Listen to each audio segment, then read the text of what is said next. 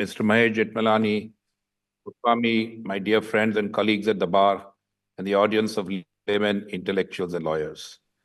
Mahesh, thank you for giving me the privilege to speak on the momentous occasion of the 101st birth centenary of the Bhishma Pitama of criminal law in India.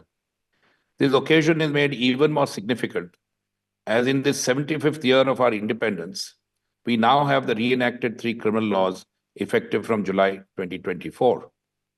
But before sharing my thoughts on these three laws, I wish to say a few words about Ram Jethmalani. Ram would have been 101 years old today. Ram was a household name to me since my late father, Krishnakant Desai, a senior advocate, was a close contemporary of Ram in Mumbai. The three brilliant minds at the criminal law bar in Mumbai from the 1950s to the 1990s were Ram, Krishnakant Desai, and Feroz Vakil. And those were the times when trials were conducted daily and the trial courtroom was a vibrant battlefield.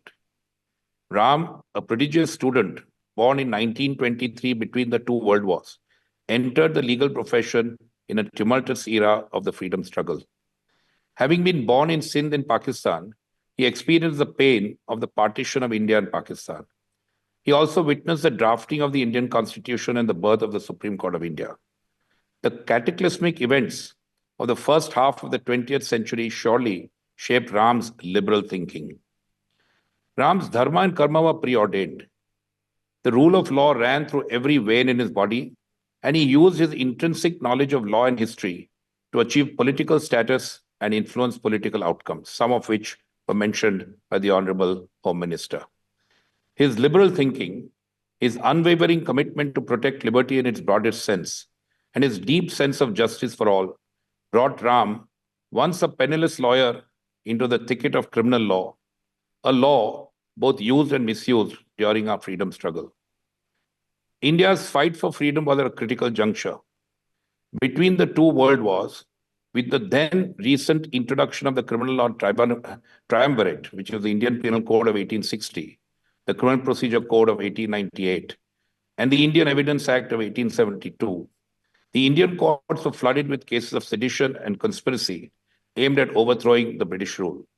Some of the most memorable sedition cases were those of Bal Gangadhar Tilak and Mohandas Karamchand Gandhi. The conspiracy cases that captured the public's imagination included the Meerut conspiracy case, Dhaka conspiracy, Muzaffarpur conspiracy, and many more. And you will realize why I'm giving you context of this.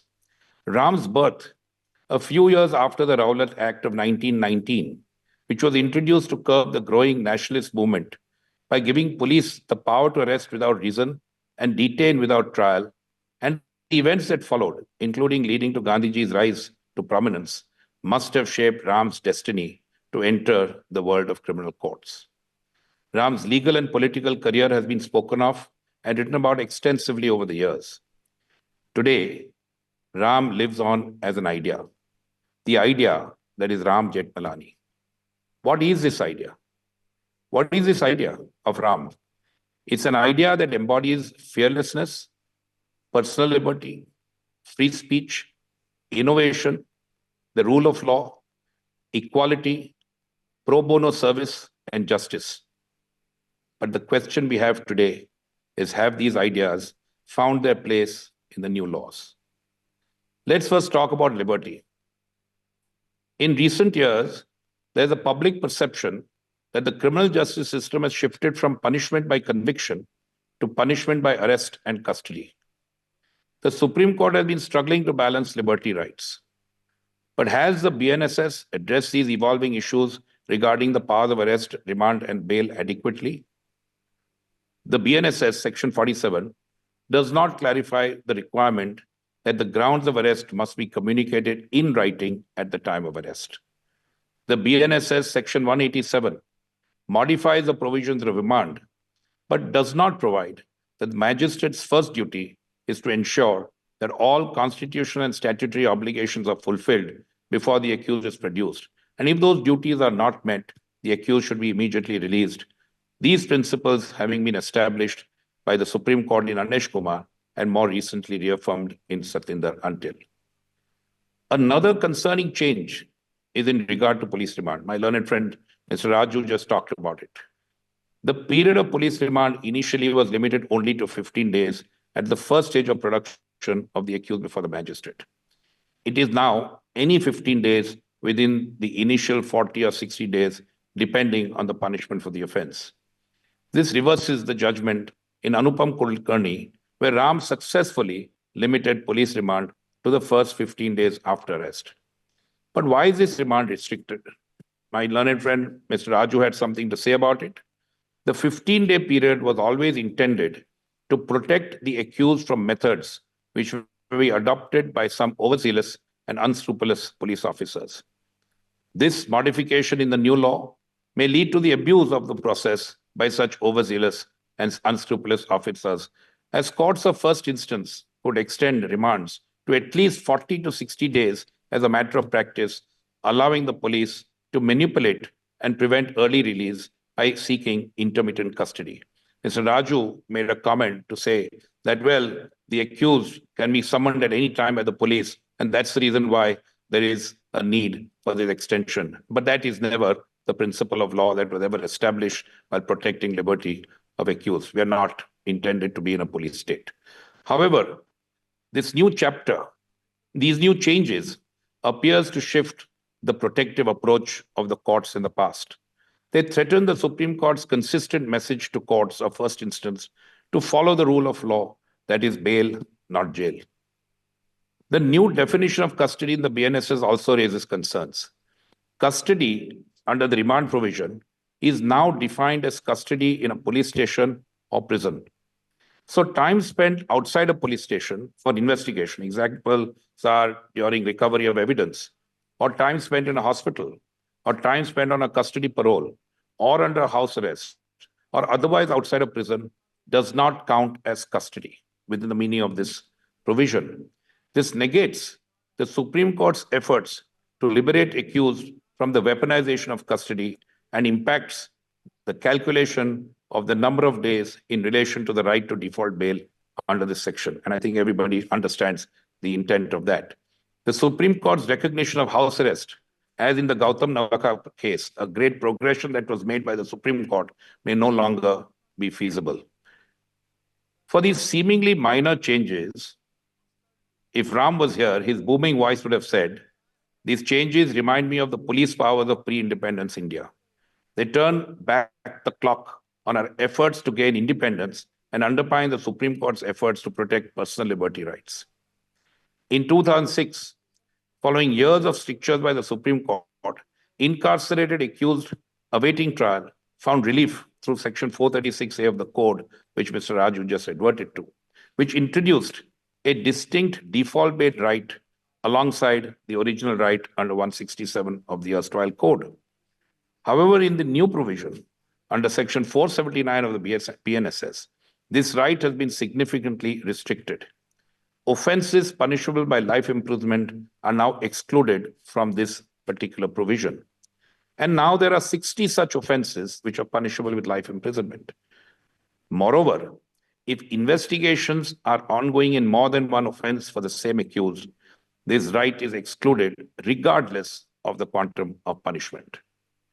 Given our overcrowded prisons, with a total inmate count in excess of 5,73,000 and an overcapacity of 131%, these provisions need some urgent reconsideration. I believe liberty has been compromised in our journey towards a better society. This brings me to another aspect of the legislations. This is punishment and commutation. The offenses punishable by the death penalty have increased by 20%, and life imprisonment for the entire natural life has increased by nearly 50%. We seem to be moving towards the retributive form of punishment instead of being reformative. The Supreme Court has, over the years, been reducing the number of cases in which death penalty is imposed. The ever-escalating debate of reformation under the Article 21 Doctrine of Liberty and its compatibility with death penalty resulted in the death penalty being imposed only in the rarest of rare cases, and only when the alternative option of life imprisonment was unquestionably foreclosed. However, we have 20% more offenses awarding the death penalty. The offense of imprisonment for life, that is rest of the natural life of a person, is another form of meting out effectively the death penalty, since there's no remission for this punishment. Once the court passes a sentence for the entire natural life, it has effectively condemned the prisoner to the death penalty. It takes away any hope of release for good behavior, repentance, rehabilitation, reformation, age, health, etc. And by increasing the number of sections to which these egregious forms of punishment is made applicable, we are widening the net instead of the reformist direction of the Supreme Court in not awarding these punishments except in extremely rare situations. Commutation. The philosophy of commutation is grounded in the belief that public welfare will be better served by inflicting less than what the judgment fixed, recognizing the value of mercy in governance. Every civilized country recognizes this and has therefore provided for such power to be exercised as an act of grace and humanity in proper cases. Without such a power of clemency, a country would be most imperfect and deficient in its political morality. The 1973 Code allowed a broad discretion to commute any sentence to any lesser sentence so that you can reduce a life imprisonment to even a shorter term or even to fine. But the new legislation, the BNSS, restricts this discretion. It introduces what I call a staircase system, allowing only a one-step down commutation, that is from death penalty to life imprisonment and no further, or from life imprisonment to no less than 7 years, and so on and so forth, as provided in the section. This restrictive approach takes away the discretion of the state to show its mercy, grace, or humanity in a given case. Let's take another aspect of this legislation. One of the other concepts introduced by the BNSS, which potentially takes away liberty, is the ability to conduct a trial and render a conviction against an accused and sentence him in absentia. Previously, the code only provided for trials in absentia to protect the evidence of various witnesses until the accused was found and brought before the court. Now, Section 356 provides for a complete trial, a judgment of conviction, including the imposition of punishment in the absence of an accused. This raises significant due process concerns. To obviate the obvious natural justice issues, it provides for a legal aid lawyer to such an accused. But in a criminal trial, where witnesses must be cross-examined, it is impossible for a lawyer to represent the accused without any communications with him or instructions from the client. Sexual offenses and rape. The offense of rape continues to resonate deeply within India's consciousness. Each time a case shakes public awareness, laws have been amended to increase punishment, whether in 1983, 2013, 2018, and now in 2024. However, the Ajmer case, the Delhi case, and now the Calcutta case are all reminders of the fact that the inadequacies lie not in punishment, but in investigation and the speed of trial. So have we strengthened these processes sufficiently? The BNSS attempts to address this by increasing the number of doctors who can conduct medical examination and also setting deadlines for the reports of such medical examination Mr. Raju mentioned. Though the BNS, the Nyaya Sanhita, like the Nagrik Suraksha Sanhita, like the Criminal Procedure Code, provides for deadlines to complete such investigations and trials, but it ought to have provided for administrative and penal liability for not completing them in time. Introducing administrative or penal action for law enforcement officers or administrative action for judicial officials who fail to complete proceedings within the prescribed time frame would have indeed helped ensure greater accountability, and that is the need of the hour, as we all understand. Let's now talk about gender-neutral laws. As Indian courts have evolved to protect the LGBTQ plus community, there was a pressing need for gender-neutral sexual offense laws. However, when it came to drafting the sexual offences laws, the BNS missed the opportunity. Offences are still gendered. An offender of a sexual offense can only be a man and the victim a woman. Section 377, which everybody would be familiar with, which protected members of the same sex from sexual assault and which penalized bestiality, has not been reenacted. Today, the LGBTQ plus community is at risk inasmuch as sexual assault against partners is not a crime. Even as of June of this year, we read of Suraj Revanna, the MLC from Karnataka, being charged with sexually assaulting a male party worker, which clearly indicates a need to keep the offense on the statute book. Courts have also recently recognized its lapse and expressed the need to urgently amend the law. The BNSS, for the first time, has recognized transgender persons as a distinct gender. However, the transgenders are at as much risk of sexual offenses as anyone else. But they are not included in these offenses as victims or as accused, and today, any sexual assault on them is not a crime. Terrorism and organized crime. Both are now in the BNS. The offenses are bodily lifted from the UAPA and the MACOCA with minor tweaks. Terrorism in the BNS includes economic security, but this term is not defined. Without a definition, considering the width of the phrase, any form of financial activity could, at the whim of a police officer, be categorized as financial terrorism and be included within economic security. So, could the recent Hindenburg shorting of shares on the Indian Stock Exchange, leading to loss of about $100 billion in the market value, constitute economic terrorism? Another new offense is the offense of organized crime. Although it's bodily lifted from the MACOCA, the BNS has made an addition. It includes economic offenses within the definition of organized crime. Economic offenses have been defined in the section to include the like of criminal breach of trust, forgery, or defrauding a bank or a financial institution for obtaining monetary benefit. So what was always a violent crime now includes the passivity of a commercial fraud. Business community and investors need to be cautioned. Bringing terrorism and organized crime under the BNS, and whose investigations and trials are now governed by the BNSS, these heinous crimes against the sovereignty and integrity of the nation have been tempered. There are no twin conditions for bail. There is no provision for extending remand beyond 90 days. There are no specific procedures for call interceptions. And there's no admissibility of co-accused statements recorded by senior designated police officers. Also, there is no protection to a victimized accused since there's no provision for sanction to investigate or prosecute. Investigations are now by local police officers and not by specialized officers of the NIA or the CBI.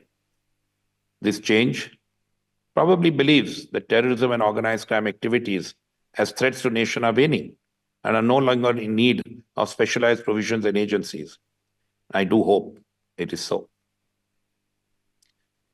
There's an interesting offense called of attempt to suicide, which has now been introduced.